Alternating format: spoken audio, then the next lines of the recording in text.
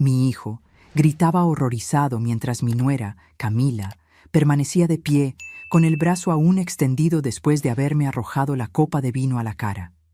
«Vieja inútil, cuando te pida más vino, obedeces», gritó, tambaleándose de borracha en mi comedor. En ese momento, algo dentro de mí se rompió. Como jueza jubilada, conocía muy bien la ley y sabía exactamente cómo usarla para mostrarle quién era la que realmente mandaba en esa casa. Pero antes de continuar, asegúrate de ya estar suscrito al canal y escribe en los comentarios: ¿desde dónde estás viendo este video? Nos encanta saber hasta dónde están llegando nuestras historias.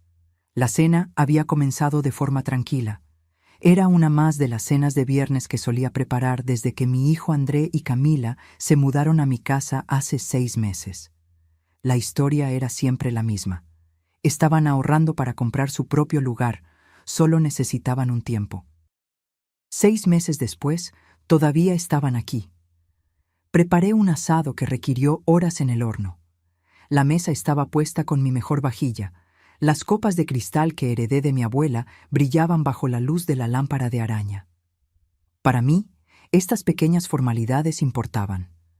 Después de 30 años como jueza criminal, la rutina y el orden eran lo que me mantenían anclada. Camila llegó ya alterada.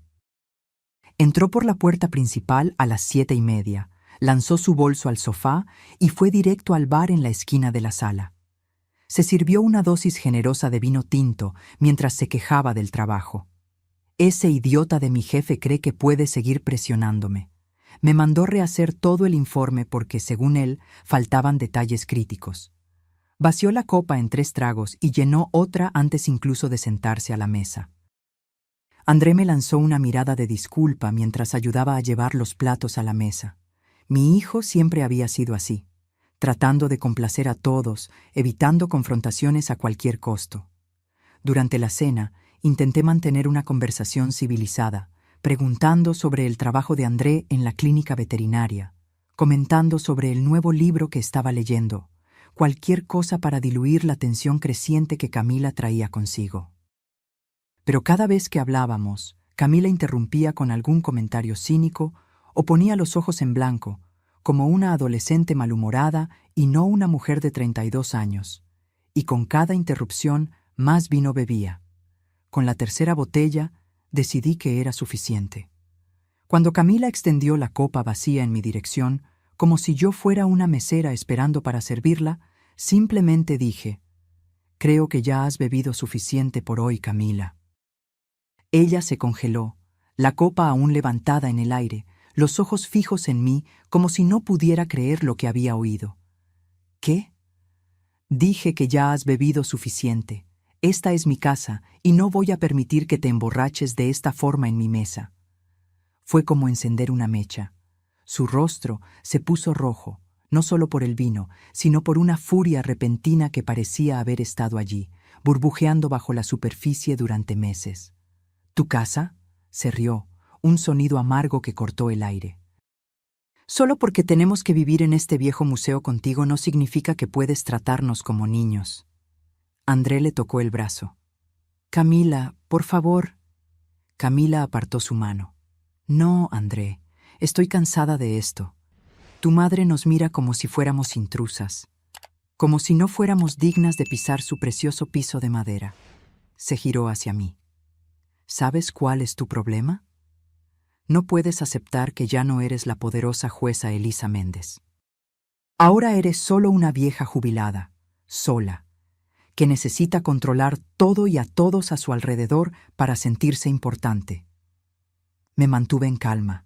Años de tribunal me enseñaron a no mostrar reacción cuando me provocaban. Si así es como te sientes, tal vez sea hora de que encuentren otro lugar para vivir. «¡Mamá!», exclamó André, horrorizado. Camila sonrió, esa clase de sonrisa que no alcanza los ojos. Las sirvientas no deberían hablar así con sus superiores. Extendió nuevamente la copa. «Ahora, más vino». «No». Fue todo lo que necesité decir. En un movimiento demasiado rápido para que yo reaccionara, Camila arrojó la copa directamente a mi cara. El cristal golpeó mi sien derecha y se hizo añicos. Sentí el dolor agudo del impacto, luego el calor tibio de la sangre escurriendo por el lado de mi rostro. Mi hijo gritó. Camila se quedó allí, respirando pesadamente, casi sorprendida por su propio gesto, pero sin mostrar arrepentimiento. Llevé la mano a mi sien y miré mis dedos, ahora manchados de rojo. El silencio en la sala era ensordecedor. 30 años enviando criminales a prisión y ahora yo sangraba en mi propia mesa de comedor. André, dije yo, con una calma que no sentía. Lleva a tu esposa a su habitación. Ahora.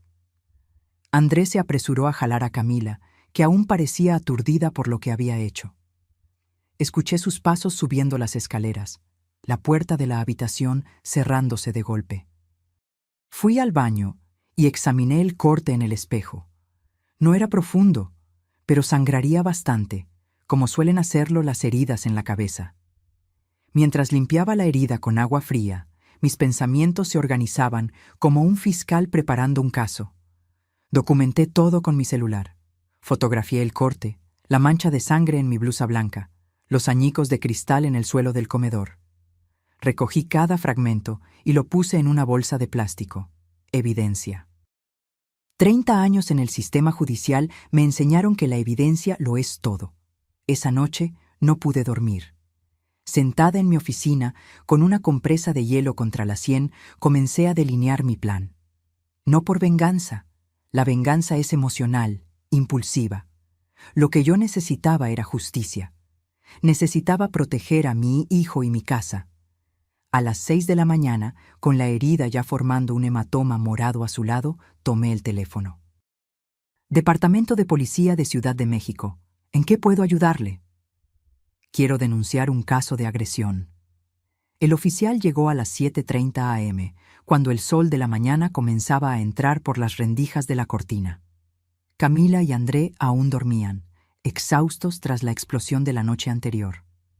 Abrí la puerta y el oficial de policía, un hombre de mediana edad con canas en las sienes, se presentó. Buenos días, señora. Soy el oficial Rodríguez.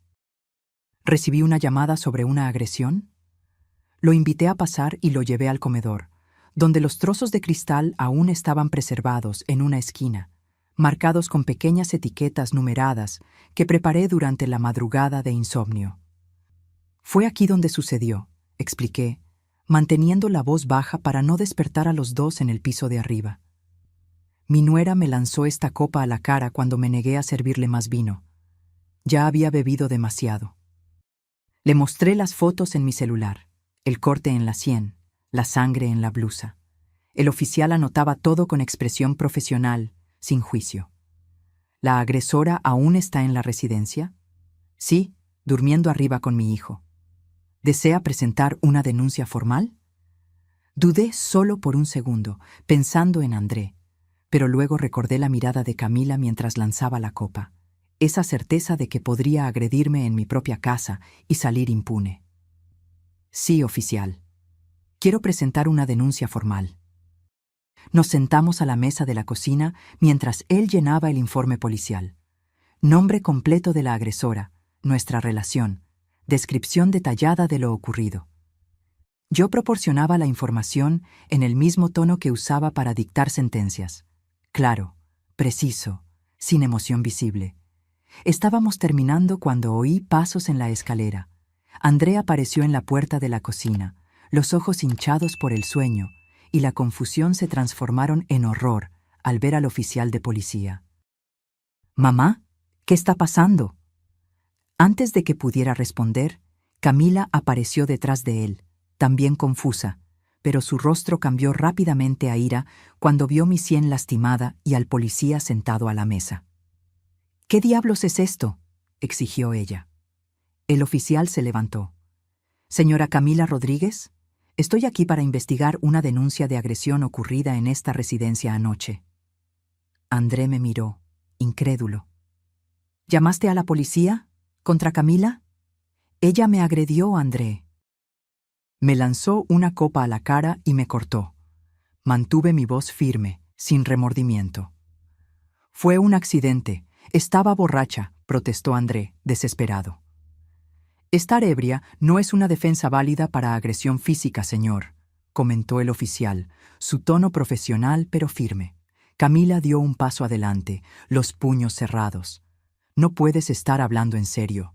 Esto es ridículo. Fue una discusión familiar. Una discusión familiar que resultó en lesión corporal, respondí tranquilamente. Y en mi propia casa, el oficial se dirigió a Camila. Señora, necesito pedirle que me acompañe a la estación de policía para prestar declaración. ¿Qué? Gritó ella. ¿Me va a arrestar por un vaso roto?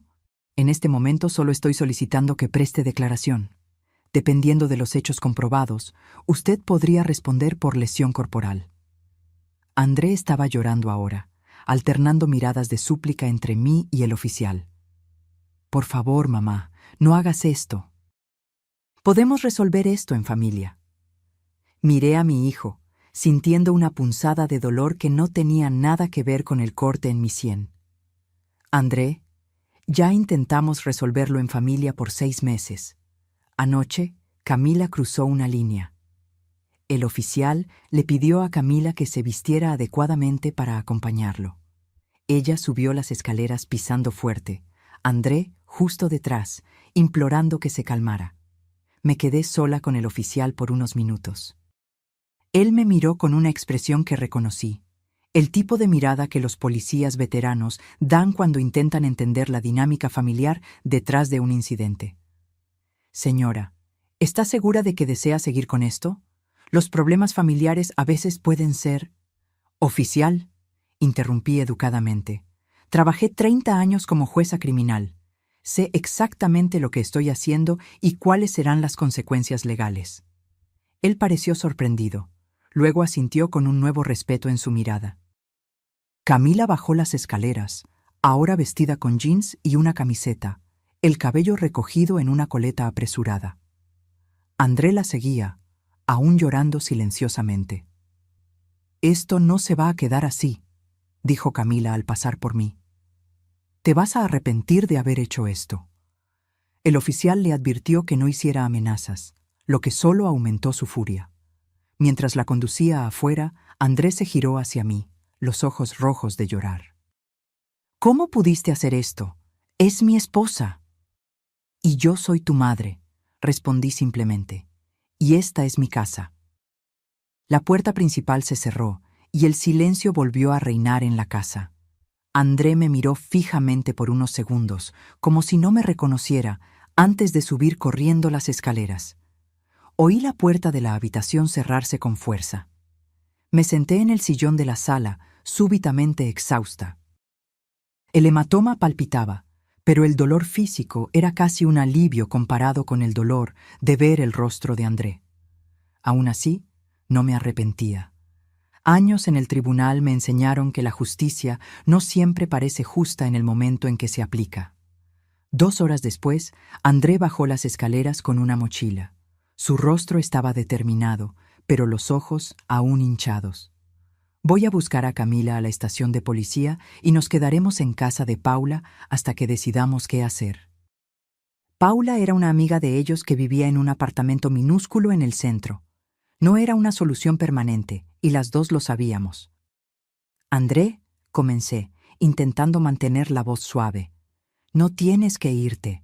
Esta es tu casa también». Él se rió, un sonido sin humor. «Esta casa dejó de ser mía en el momento en que decidiste llamar a la policía para mi esposa. Ella me agredió, André, en mi propia mesa de comedor. Estaba borracha y perdió la cabeza. La gente comete errores». «Y la gente necesita responder por sus errores», respondí, mi voz ahora más firme, especialmente cuando esos errores involucran violencia física. Andrés sacudió la cabeza. «Siempre ha sido así. La jueza inflexible, la ley por encima de todo, incluso de tu propio hijo». Aquello dolió más que el corte en mi sien, pero no lo dejé traslucir. «Es porque te amo que estoy haciendo esto, André. Camila es abusiva y tú estás atrapado en esa relación. No te atrevas a analizar mi matrimonio», gritó. «Siempre has odiado a Camila, siempre has creído que yo merecía algo mejor. Y lo mereces, dije tranquilamente. Mereces a alguien que te respete y que respete a tu familia. André tomó las llaves del coche de la mesa de centro. Voy a buscar a mi esposa. Luego volveremos a recoger el resto de las cosas. Cuando la puerta se cerró tras él, dejé escapar un suspiro largo y cansado.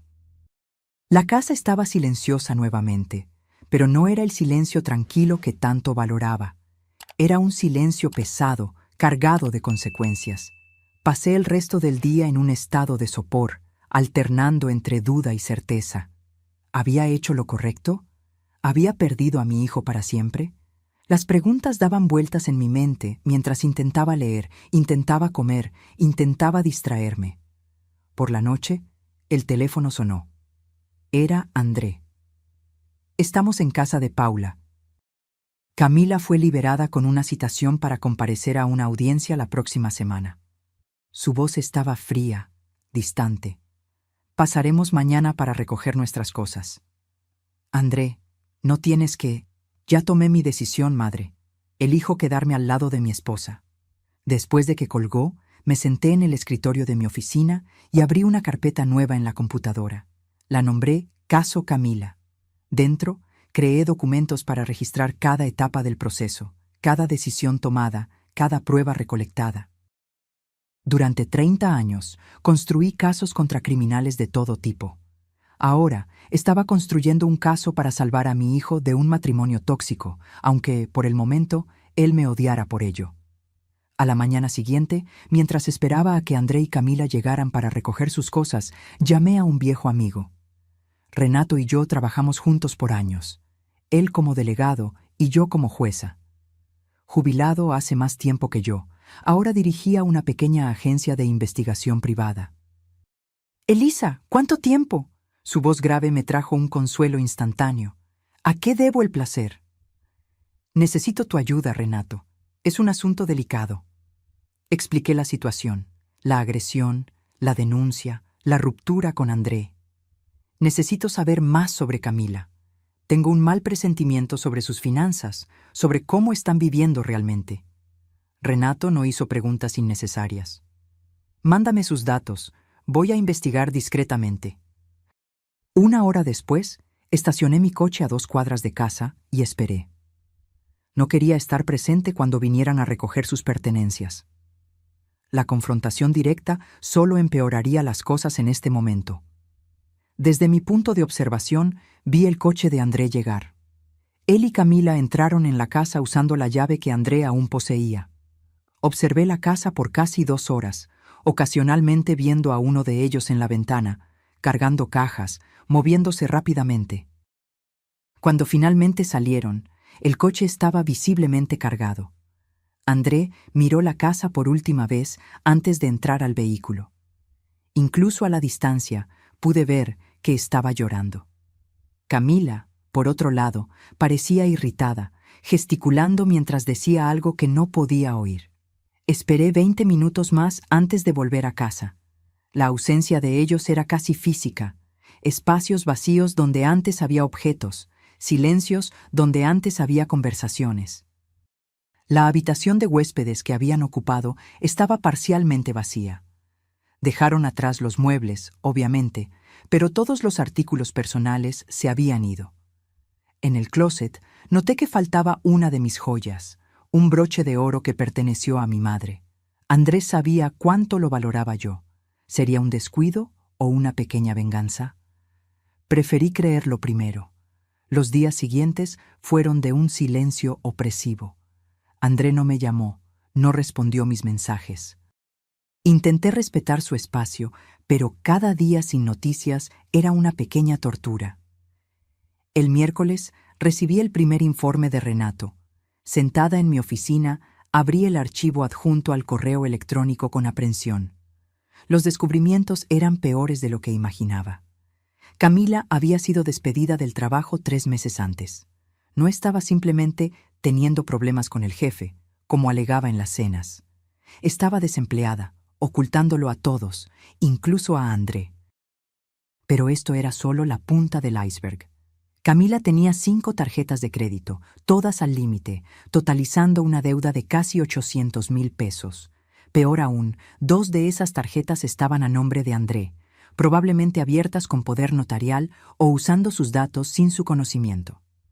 El informe también mostró algo que me alarmó genuinamente: 3 retiros significativos de la cuenta de jubilación de André en los últimos 2 meses, sumando 400,000 pesos. Para realizar esos retiros, Camila necesitaría tener acceso a las contraseñas de André o haber falsificado su firma. Había más: pequeñas quejas en tiendas por cheques sin fondos, una notificación de desalojo de un apartamento anterior que ellos nunca mencionaron y, lo más preocupante, conversaciones capturadas en redes sociales donde Camila hablaba con amigos sobre heredar una casa pronto cuando la vieja estire la pata. La vieja. Yo. Sentí una ola de náuseas. No era solo un caso de temperamento explosivo o de una nuera irrespetuosa. Era un esquema sistemático. Camila estaba hundiendo financieramente a mi hijo mientras planeaba un futuro construido sobre mi muerte. Imprimí todo el informe y lo guardé en una carpeta segura. Necesitaba más. Necesitaba entender la extensión completa de la situación antes de confrontar a André con estos descubrimientos. Llamé nuevamente a Renato. Necesito que sigas investigando. Especialmente los retiros de la cuenta de jubilación. Si consigues pruebas concretas de que Camila actuó sin la autorización de André, podríamos estar hablando de crímenes financieros. Estoy en ello, respondió Renato. Y Elisa, ten cuidado. Si esta mujer está desesperada financieramente y cree que puede heredar algo de ti, bueno, no necesitó terminar la frase. 30 años en el sistema criminal me enseñaron que el dinero es uno de los motivadores más poderosos para actos desesperados. Esa noche cambié las cerraduras de la casa, una precaución necesaria. La semana siguiente trajo la audiencia preliminar sobre la agresión. Asistí al juzgado donde trabajé por décadas, esta vez como víctima. Era extraño sentarse del otro lado, ver a excolegas saludarme con expresiones de preocupación, oír susurros en los pasillos. Camila llegó con su abogado, un joven de traje mal ajustado que parecía recién salido de la universidad. André no estaba con ella, lo que me sorprendió. Esperaba que mi hijo estuviera allí para apoyar a su esposa. La jueza era Marina Santos, una mujer competente que conocí superficialmente durante mis últimos años antes de la jubilación. Ella me reconoció inmediatamente, asintiendo discretamente en mi dirección. El procedimiento fue breve y directo. El fiscal presentó las acusaciones de lesión corporal leve. El abogado de Camila argumentó que se trataba de un incidente aislado, provocado por estrés y consumo de alcohol, sin intención de causar daño. Su señoría, dijo él, mi clienta no tiene antecedentes criminales y está profundamente arrepentida por lo ocurrido. Solicitamos que se considere una medida alternativa a la prisión, como prestación de servicios comunitarios. Cuando llegó mi turno de hablar, me levanté con la postura que mantuve durante décadas en esas mismas salas. Señoría, no busco venganza ni castigo severo. Busco justicia y, principalmente, protección. La agresión ocurrió en mi propia casa, en mi propia mesa, por alguien a quien yo albergaba por bondad. Solicito respetuosamente que, además de cualquier medida punitiva que la Corte juzgue apropiada, se emita una orden de restricción impidiendo a la acusada acercarse a mi residencia. Vi el rostro de Camila palidecer. Una orden de restricción significaría que no podría volver a mi casa, la casa donde ella y André estaban viviendo, la casa que aparentemente esperaba heredar. La jueza consideró por unos momentos antes de anunciar su decisión. En vista de la naturaleza del incidente y la relación entre las partes, determino que la acusada cumpla 6 meses de servicios comunitarios y participe obligatoriamente en un programa de control de la ira. Adicionalmente, emito una orden de restricción temporal, prohibiendo el acercamiento de la acusada a menos de 100 metros de la residencia y de la persona de la víctima por un periodo de 90 días, periodo tras el cual la situación será reevaluada. El abogado de Camila intentó protestar, argumentando que la orden de restricción era excesiva dado el contexto familiar, pero la jueza fue firme. La violencia doméstica no es menos grave por ocurrir entre familiares, señor. Al contrario. Al salir de la sala de audiencias, noté a Andrés sentado en el último banco. Nuestras miradas se cruzaron brevemente antes de que él desviara la suya, levantándose rápidamente para encontrarse con Camila en el pasillo. Quise acercarme a él, explicar por qué estaba haciendo todo esto, decirle que había descubierto cosas preocupantes, pero el momento no era apropiado. André no estaba listo para escuchar. Volví a casa y añadí la transcripción de la audiencia y la copia de la orden de restricción a mi carpeta de caso Camila. La carpeta se estaba volviendo cada vez más gruesa, tanto literal como metafóricamente. 2 días después, recibí una llamada inesperada. Era André. ¡Madre! Su voz sonaba exhausta, casi irreconocible. Necesitamos hablar. Acordamos encontrarnos en una cafetería neutral, lejos tanto de mi casa como del apartamento de la amiga donde estaban hospedados. Llegué 15 minutos antes, eligiendo una mesa en la esquina, donde podríamos tener algo de privacidad. André entró puntualmente. Estaba más delgado, con ojeras profundas que no conseguía ocultar completamente. Llevaba un suéter de cuello alto, a pesar del calor del día, algo que inmediatamente activó mis alarmas internas. ¿Estás bien?, pregunté tan pronto como se sentó. Estoy lidiando con la situación, respondió, evitando mi mirada mientras tomaba el menú. Pedimos café, negro para mí, con leche para él, como siempre. Cuando la mesera se alejó, nos quedamos en un silencio incómodo, ninguno de los dos sabiendo exactamente cómo empezar. La orden de restricción complicó las cosas, dijo finalmente. Llevamos casi 2 semanas en casa de Paula. El sofá me está destrozando la espalda y su paciencia se está acabando. ¿Pueden alquilar un lugar?, sugerí, manteniendo mi voz neutral, sin acusación. Andrés soltó una risa amarga. ¿Con qué dinero? Mi salario apenas cubre nuestras cuentas básicas, y Camila dudó, mirando sus propias manos. Camila aún no ha encontrado un nuevo empleo. Así que todavía creía esa mentira. Tomé un sorbo de café, ponderando cómo proceder. Confrontarlo directamente con todo lo que descubrí podría hacer que se cerrara completamente. André, si estás con dificultades financieras, puedo ayudarte. Solo a ti. Él finalmente me miró directamente. ¿Qué significa eso? ¿Solo a mí? Significa que me preocupo por ti y quiero asegurar que estés bien, pero tengo condiciones para esa ayuda. ¿Qué condiciones? Su voz se tensó. Quiero que revises tus cuentas bancarias, todas ellas.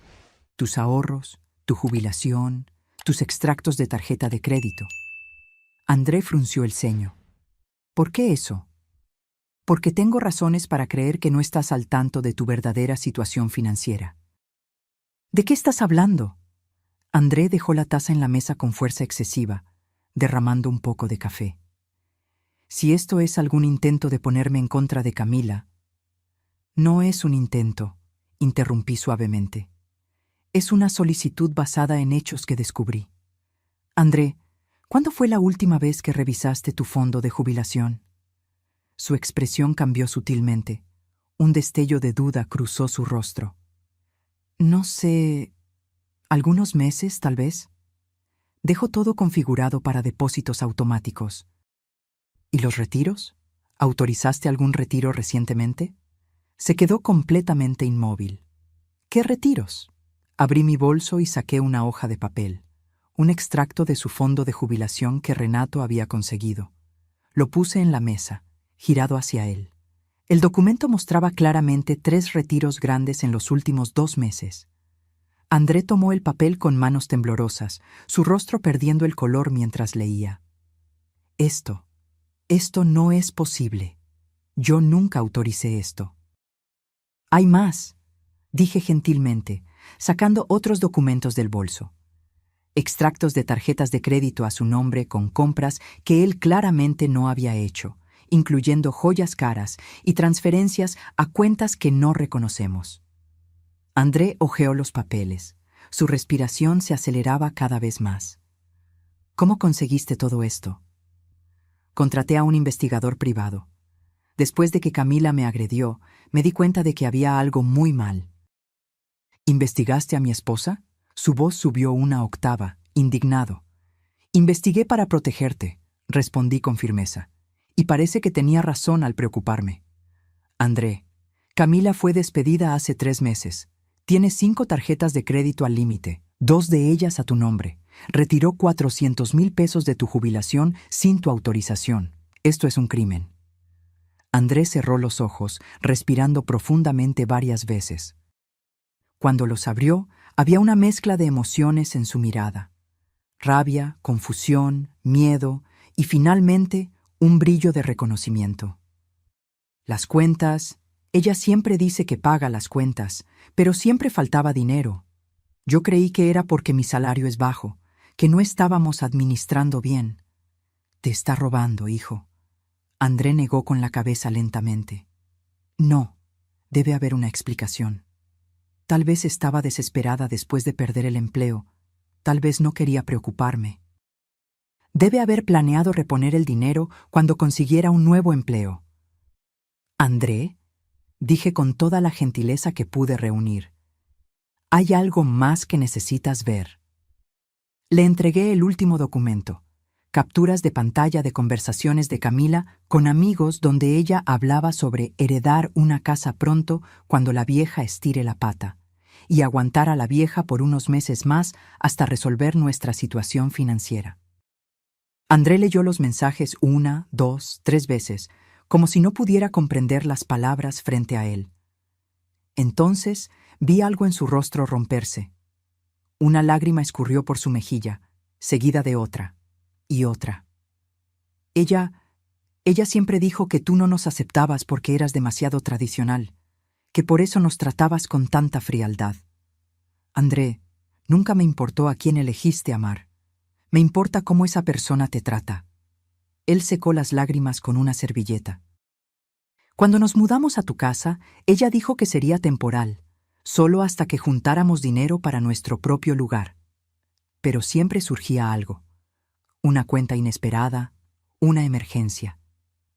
Ella decía que estábamos ahorrando, pero yo nunca veía el dinero crecer. Sostuve su mano sobre la mesa. ¿Y el suéter? Hace demasiado calor para usar cuello alto. André palideció e instintivamente subió el cuello más arriba. No es nada. ¿Es ella? ¿También ha sido violenta contigo? Sus ojos se llenaron de lágrimas nuevamente. Lentamente, bajó el cuello, revelando marcas de dedos en el cuello, hematomas amarillentos que parecían estar desapareciendo. Fue después de la audiencia, susurró. Estaba furiosa por la orden de restricción.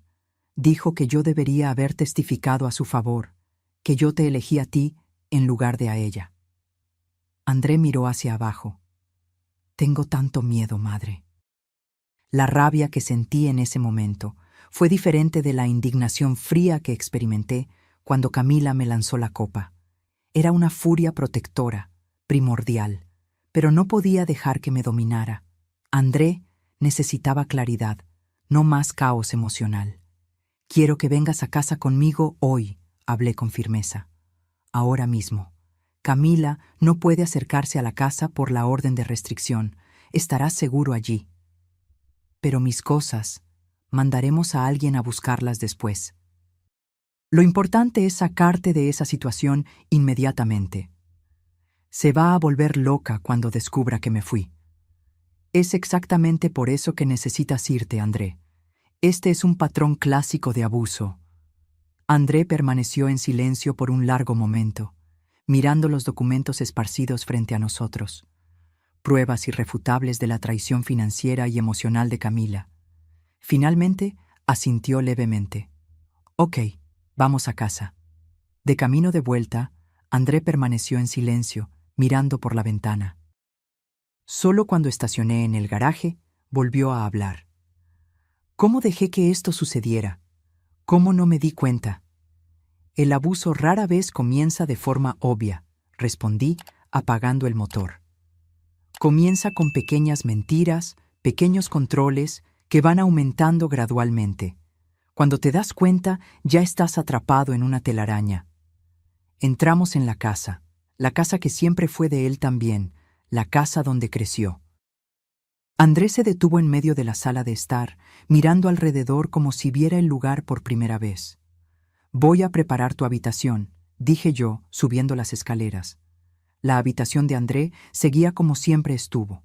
La preservé cuando se fue a la universidad y la mantuve cuando él y Camila se mudaron a la habitación de huéspedes.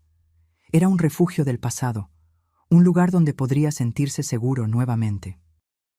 Cambié las sábanas, abrí las ventanas para dejar entrar aire fresco y puse flores frescas en la mesita de noche. Pequeños gestos para decirle que era bienvenido, que este era su hogar. Cuando bajé, encontré a Andrés sentado a la mesa de la cocina, mirando fijamente el celular. Levantó los ojos cuando entré. Ya llamó 12 veces. Mandó 20 mensajes preguntando dónde estoy. No necesitas responder ahora. Necesito. Si no respondo, va a aparecer aquí, orden de restricción o no. André tecleó un mensaje breve. Necesito un tiempo para pensar. Estoy seguro. Por favor, no me busques hoy. Segundos después, el teléfono comenzó a sonar. El nombre de Camila parpadeando en la pantalla. André rechazó la llamada con manos temblorosas y apagó el aparato. «¿Qué hago ahora?», preguntó pareciendo perdido. «Un paso a la vez», respondí, sentándome a su lado. «Primero, necesitamos proteger tus finanzas. Mañana, cambiamos tus contraseñas bancarias y notificamos al banco sobre las transacciones no autorizadas. Luego, vemos a un abogado para discutir tus opciones legales». «Opciones legales», repitió, como si experimentara las palabras. «¿Quieres decir divorcio?» Entre otras cosas, lo que ella hizo, los retiros no autorizados, las tarjetas de crédito a tu nombre, son crímenes financieros, André. Puedes optar por presentar una denuncia o no, pero necesitamos impedir que continúe. André asintió lentamente. Nunca pensé que estaría en esta situación. Siempre creí que reconocería el abuso si me sucedía. Nadie piensa que les va a suceder. Por eso el abuso persiste. Se disfraza, se justifica, hace que la víctima dude de sí misma. Esa noche preparé la cena mientras André tomaba un baño largo. Tuvimos una comida simple, en silencio la mayor parte del tiempo, pero era un silencio diferente al que había entre nosotros en las semanas anteriores. No era un silencio de rabia o resentimiento, sino de reflexión, de reconexión. Antes de ir a dormir, André me abrazó. El primer abrazo en semanas. «Gracias por no rendirte conmigo», susurró. «Nunca me rendiría», respondí, sosteniéndolo un poco más fuerte. Esa noche, acostada en mi cama, oí a André llorar en la habitación de al lado. El sonido me partió el corazón, pero también me trajo un extraño alivio. Estaba en casa, estaba seguro, y el llanto era parte de la cura. Al día siguiente, como planeamos, fuimos al banco. André canceló todas las tarjetas, cambió contraseñas, bloqueó accesos. Iniciamos el proceso de impugnación de los retiros no autorizados de su jubilación. El gerente, al ver los documentos y oír la explicación, sugirió fuertemente que André registrara una denuncia formal por fraude. «Vamos a pensarlo», fue todo lo que él pudo responder en el momento. Por la tarde, nos encontramos con una abogada especializada en derecho familiar y casos de abuso doméstico. Renata era una mujer de mediana edad, con ojos amables y una presencia firme, exactamente el tipo de persona que necesitábamos. Basado en lo que me contaron y los documentos que trajeron, tenemos un caso sólido para divorcio por conducta impropia, explicó Renata. El abuso financiero está bien documentado y con las evidencias de abuso físico podemos solicitar una orden de protección permanente, no solo la temporal que ya existe. André respiró hondo. ¿Y si no quiero que vaya a la cárcel? Entiendo tu vacilación, respondió Renata con gentileza. Muchas víctimas de abuso doméstico tienen sentimientos conflictivos sobre procesar criminalmente a sus agresores. Podemos enfocarnos inicialmente en el divorcio y en la protección de tu patrimonio. Las denuncias criminales pueden ser una decisión separada que tomas cuando estés listo. Al salir de la oficina, André parecía simultáneamente exhausto y aliviado. «Parece que estoy despertando de una pesadilla», comentó mientras conducíamos a casa. «Es un proceso», respondí. «No se va a resolver de la noche a la mañana».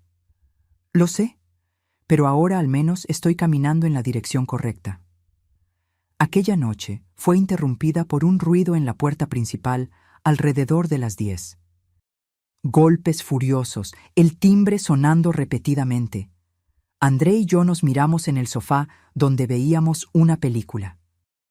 «Es ella», susurró André, el miedo evidente en su voz. «No puede entrar», aseguré, tomando el teléfono. «Y está violando la orden de restricción. Voy a llamar a la policía». Los golpes continuaron, cada vez más fuertes, mientras yo reportaba la situación a la operadora del 911. «Mi nuera está violando una orden de restricción, intentando invadir mi casa. Necesitamos una patrulla inmediatamente». «¡André!», la voz de Camila atravesó la puerta. «Sé que estás ahí. Abre esa puerta ahora mismo». André se encogió en el sofá temblando. Fui hacia él y sostuve sus manos. «Está todo bien. No puede entrar. La policía está en camino». Camila continuó gritando, amenazando, implorando alternativamente. El ruido atrajo la atención de los vecinos. Vi luces encendiéndose en las casas cercanas, rostros apareciendo en las ventanas. Cuando la patrulla llegó, 7 minutos después, Camila todavía estaba en el porche, ahora pateando la puerta. Los policías la encontraron en flagrante violación de la orden de restricción. Observamos por la ventana mientras la detenían. Ella continuaba mirando la casa, gritando el nombre de André incluso mientras la subían a la patrulla. «¿Qué va a pasar con ella ahora?», preguntó André, su voz casi inaudible. «Será arrestada por violación de la orden de restricción», respondí. «Esto tiene consecuencias serias». Esa noche, André durmió en mi habitación, como hacía cuando era pequeño y tenía pesadillas. Pero esta vez, la pesadilla estaba afuera, siendo llevada lejos. A la mañana siguiente, recibí una llamada del delegado responsable del caso de violación de la orden de restricción. Camila sería mantenida bajo custodia hasta la audiencia de fianza, programada para el día siguiente. Debido a los antecedentes recientes de violencia y la clara demostración de inestabilidad, es probable que la jueza establezca condiciones estrictas para la libertad provisional, explicó él. Esto puede incluir tobillera electrónica y monitoreo constante. Agradecí la información y colgué, sintiendo una mezcla de alivio y preocupación. André aún dormía. Los eventos de la noche anterior lo habían agotado completamente. Preparé el desayuno y dejé una nota explicando dónde podría encontrarme.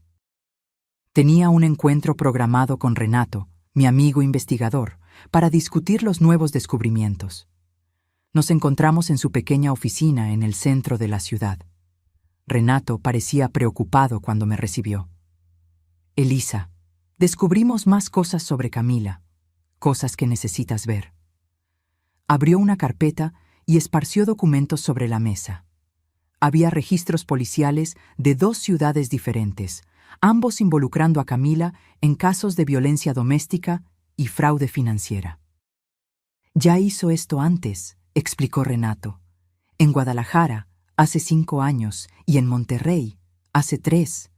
En ambos casos, se involucró con personas de buena situación financiera, se mudó a sus casas, comenzó a manipular sus finanzas y eventualmente se volvió violenta». Sentí un escalofrío. ¿Y qué sucedió en esos casos? En el primero, la víctima retiró las quejas después de que Camila hizo promesas de cambio. En el segundo, hubo un acuerdo extrajudicial. La víctima pagó una cantidad significativa para que Camila saliera de su vida. «Es una depredadora en serie», murmuré, hojeando los documentos. «Y André fue solo su víctima más reciente». Exactamente. Y hay algo más. Renato dudó, como si eligiera las palabras cuidadosamente.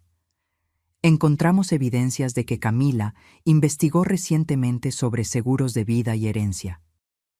Específicamente, sobre cómo garantizar derechos hereditarios a través del matrimonio. Un escalofrío recorrió mi espalda.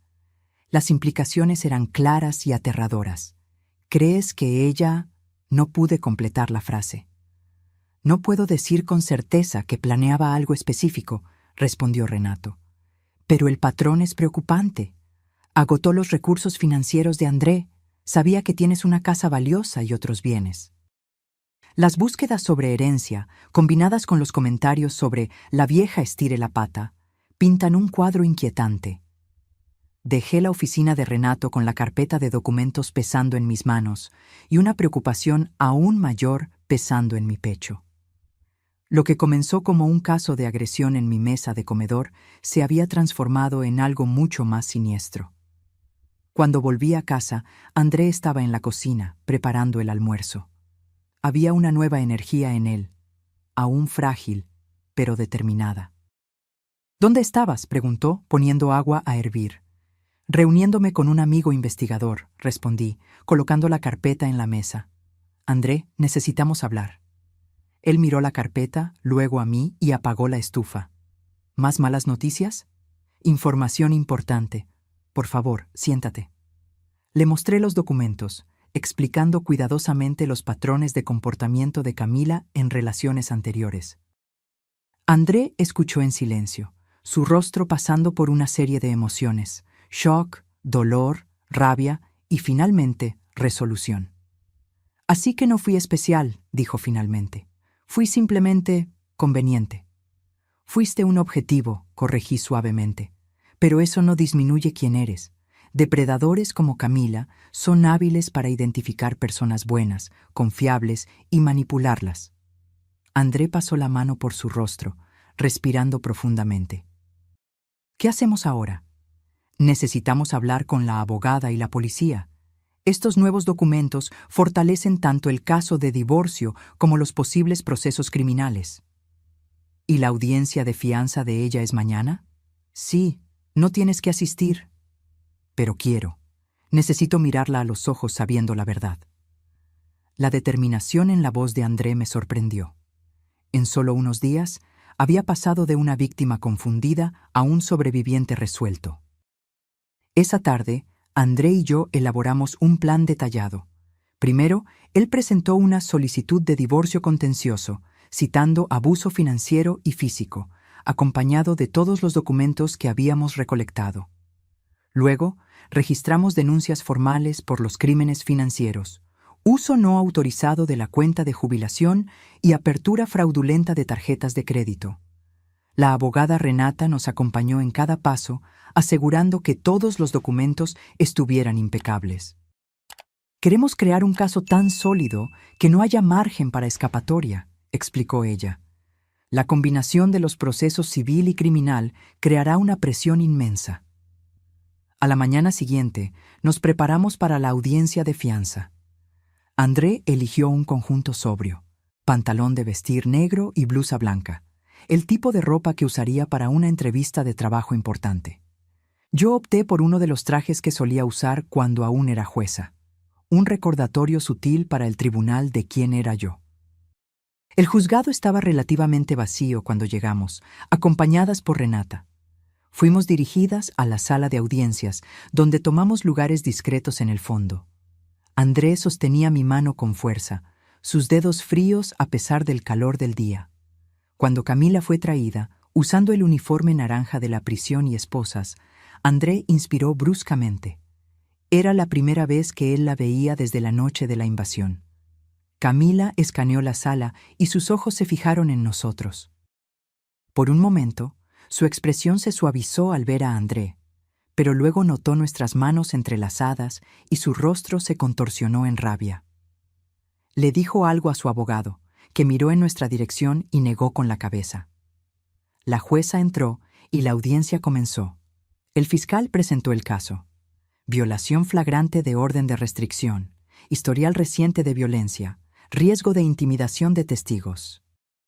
Además, señoría, añadió, tenemos información de que la acusada posee historial de comportamiento similar en otras jurisdicciones, habiéndose involucrado en casos anteriores de violencia doméstica y fraude en Guadalajara y Monterrey. Esto era nuevo para Camila. Se giró bruscamente hacia su abogado, visiblemente choqueada. No esperaba que su pasado la alcanzara tan rápidamente. El defensor público intentó argumentar que Camila tenía lazos con la comunidad. No ofrecía un riesgo real y podía esperar el juicio en libertad. La jueza escuchó los argumentos con expresión impasible antes de anunciar su decisión.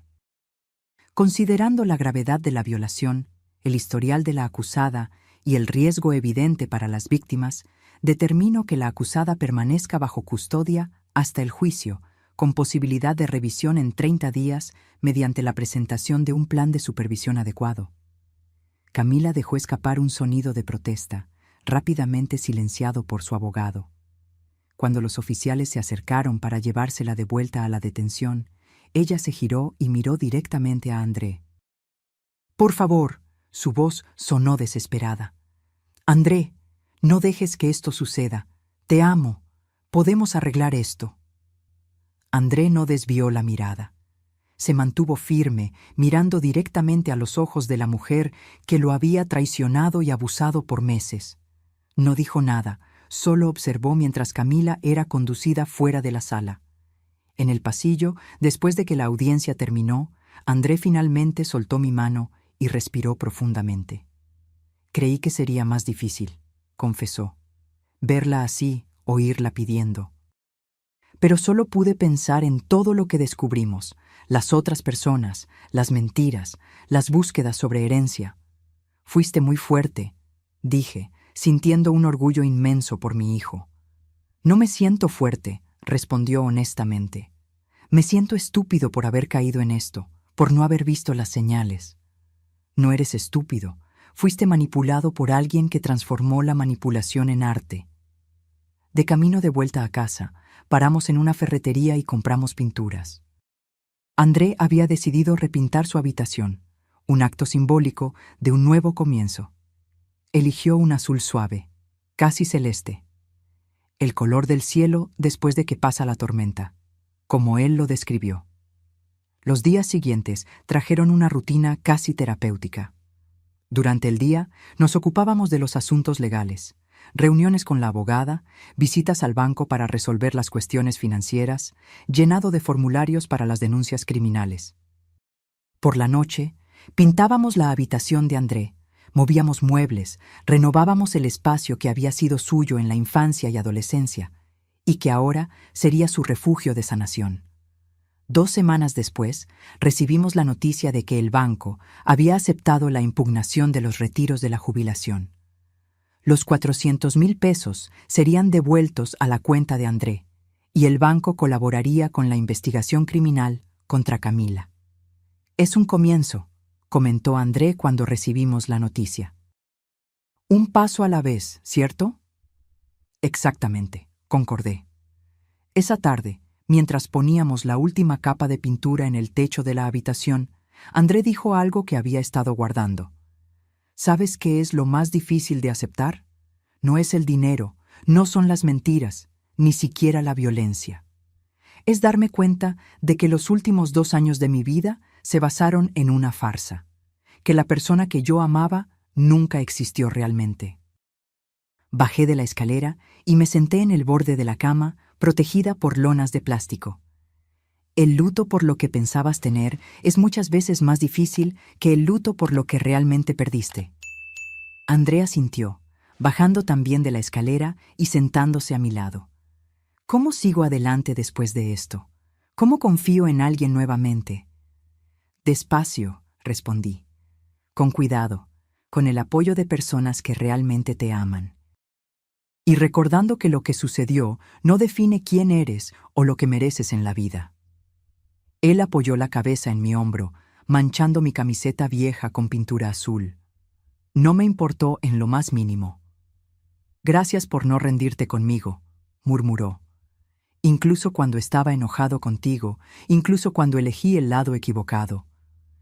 Eso es lo que hacen las madres, respondí simplemente. Esperamos el momento en que nuestros hijos están listos para escuchar, y luego estamos allí para ayudarlos a reconstruir. Pasó un mes. La vida adquirió una nueva normalidad. André había retomado su trabajo en la clínica veterinaria, ahora a tiempo completo. Yo había vuelto a mis rutinas de jubilada, lecturas por la mañana, jardinería por la tarde, ocasionalmente cenas con amigas. El caso criminal contra Camila avanzaba lentamente, como es típico en el sistema judicial. Ella permanecía detenida, habiéndosele negado una segunda solicitud de libertad provisional cuando nuevas evidencias de sus actividades anteriores salieron a la luz. André había iniciado terapia 2 veces por semana, trabajando para entender qué lo había vuelto vulnerable al abuso y cómo construir relaciones más saludables en el futuro. Algunas noches lo oía llorar en la habitación, pero los episodios eran cada vez menos frecuentes, menos intensos. Una tarde de sábado, mientras preparábamos el almuerzo juntas, una actividad que se había convertido en un ritual reconfortante, el teléfono sonó. Era la abogada Renata. «Tengo noticias», dijo ella. El abogado de Camila se comunicó proponiendo un acuerdo. André puso el teléfono en altavoz para que yo también pudiera escuchar. «¿Qué tipo de acuerdo?»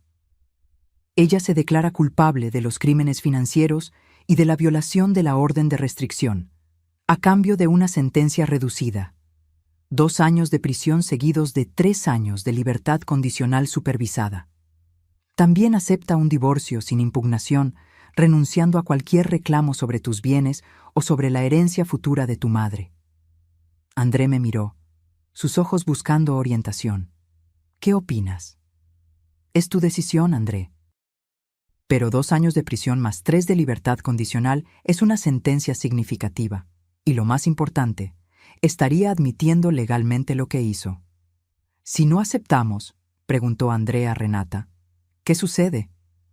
«Vamos a juicio. Con la evidencia que tenemos, creo que podemos obtener una condena más severa. Tal vez 4 o 5 años de prisión. Pero los juicios son impredecibles y tendrías que testificar, revivir todo en público». André respiró hondo. «¿Puedo pensarlo?» «Claro», respondió Renata. «Nos dieron un plazo de 3 días para considerar la propuesta». Después de que colgamos, André volvió silenciosamente a cortar los vegetales para la ensalada. Respeté su silencio, dándole espacio para procesar. «No sé si quiero verla en la cárcel por 5 años», dijo finalmente. «No por venganza, pero tampoco sé si 2 años son suficientes para sentirme seguro cuando salga». «La libertad condicional supervisada no es un juego», comenté. «Tendría que reportarse regularmente, no podría acercarse a ti, tendría que participar en programas de rehabilitación. Cualquier violación la mandaría de vuelta a prisión».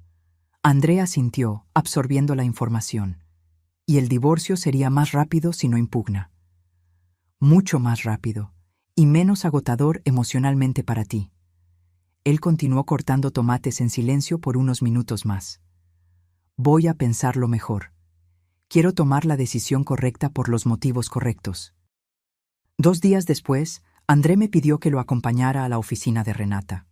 Había tomado su decisión. «Quiero aceptar el acuerdo», anunció tan pronto como nos sentamos. «No porque sea más fácil, sino porque es suficiente. 2 años de prisión, 3 de condicional, un divorcio limpio y el reconocimiento legal de su culpa. Es justicia sin ser venganza». Renata sonrió.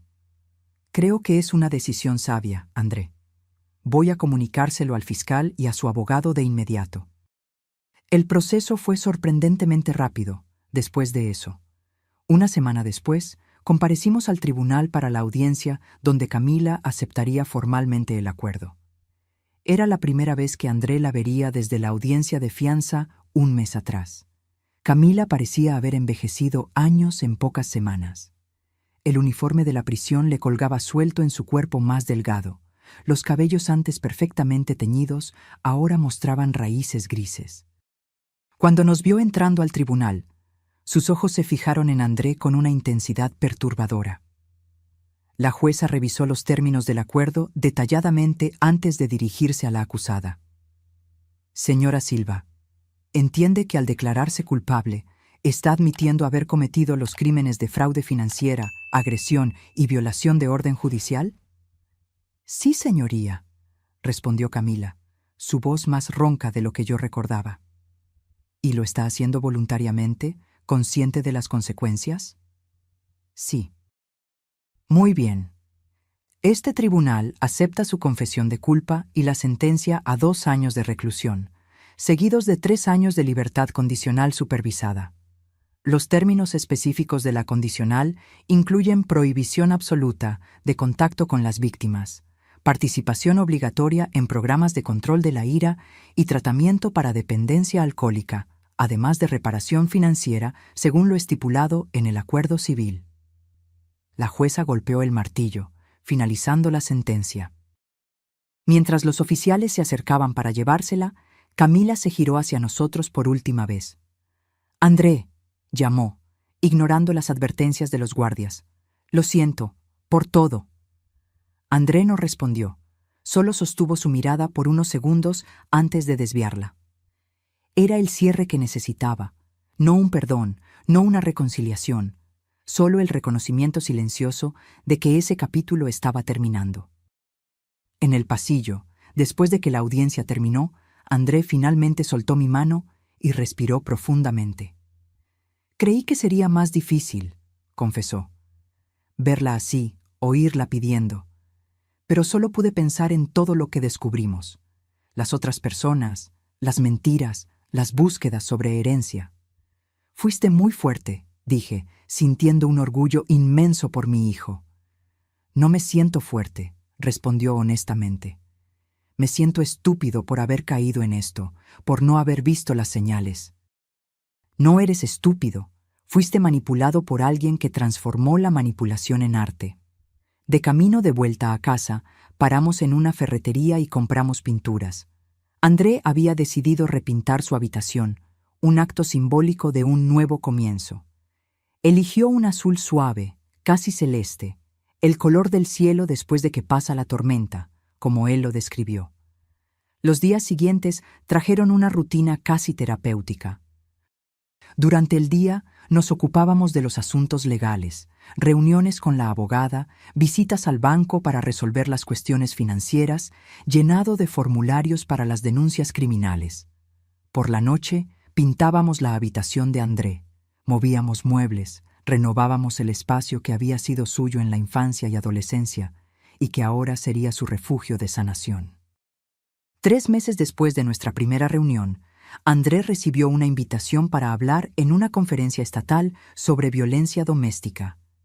Estaba nervioso, cuestionando si estaba listo para compartir su historia en un escenario tan público.